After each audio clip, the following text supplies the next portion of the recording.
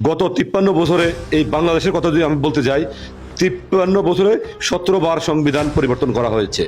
আল্লাহকে আল্লাহর হুকুম বাদ দিয়ে অর্থাৎ সমস্ত পৃথিবীতে ন্যায় সত্য প্রতিষ্ঠা করা হয়েছে অসম্ভব। হেজবুত তৌহিদের যিনি সর্বোচ্চ নেতা, আমাদের হেজবুতদের মানে ইমাম, সবকিছু এই প্রস্তাবে উল্লেখ করেছেন। অর্থাৎ মানব জীবনে বিচার ব্যবস্থা কেমন হবেন, শিক্ষা ব্যবস্থা কেমন হবেন, অর্থনৈতিক কেমন হবেন, সব কিছু উনি এখানে তুলে ধরেছেন। হিজবুত তৌহিদের দৃষ্টিতে ইসলামী খিলাফত কিভাবে পূর্ণ প্রতিষ্ঠা করা সম্ভব, এই বিষয়ে আমাদেরকে একটু বলেন। আসলে ইসলামের দৃষ্টিতে যুগে যুগে যেভাবে খেলাফত প্রতিষ্ঠা হয়েছে আবার প্রতিষ্ঠা হবে, সেই প্রতিষ্ঠা যে কিভাবে হবে সেটা হচ্ছে একমাত্র সমস্ত পৃথিবীতে মানব জাতিকে আবার এই কলেমার উপর ঐক্যবদ্ধ হইতে হবে, তাওহীদের উপর ঐক্যবদ্ধ হইতে হবে।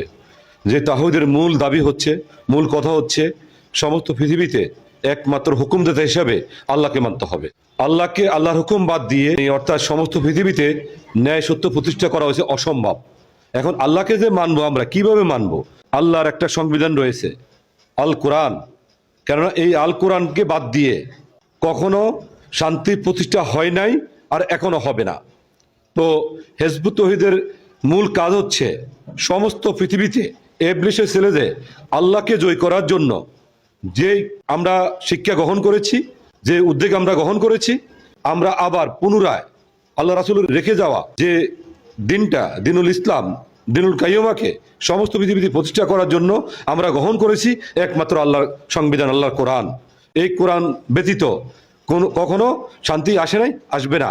অনেকে অনেকবার চেষ্টা করেছেন, আপনারা সবাই অবগত আছেন।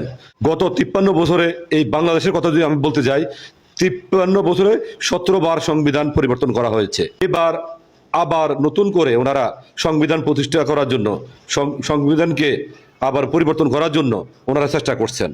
আসলে যেতে চেষ্টা করুক, যাই উদ্যোগ গ্রহণ করুক, আসলে রাজতন্ত্র, গণতন্ত্র, সমাজতন্ত্র, এক ন্যায়তন্ত্র, বিভিন্ন তন্ত্রমন্ত্র দিয়ে আসলে কখনো মানব জীবনে শান্তি আসে নাই, এখনো আসবে না।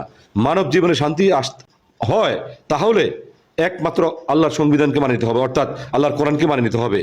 আমরা হিজবুত তৌহিদ আন্দোলন, আমাদের যিনি সর্বোচ্চ নেতা, দেখুন হিজবুত তৌহিদের প্রস্তাবিত রাষ্ট্র ব্যবস্থা, এখানে আল্লাহর কোরআন থেকে শুরু করে অর্থাৎ পৃথিবীতে যত সংবিধান রয়েছে উল্লেখযোগ্য, মানব জীবনে কিভাবে শান্তি আসবে, এবং আমাদের হেজবুত তৌহিদের যিনি সর্বোচ্চ নেতা, আমাদের হেজবুত তৌহিদের মানে ইমাম, আল্লাহ ওনাকে যা কিছু দান করেছেন উনি সবকিছু এই প্রস্তাবে উল্লেখ করেছেন। অর্থাৎ মানব জীবনে বিচার ব্যবস্থা কেমন হবেন, শিক্ষা ব্যবস্থা কেমন হবেন, অর্থনৈতিক কেমন হবেন, সব কিছু উনি এখানে তুলে ধরেছেন।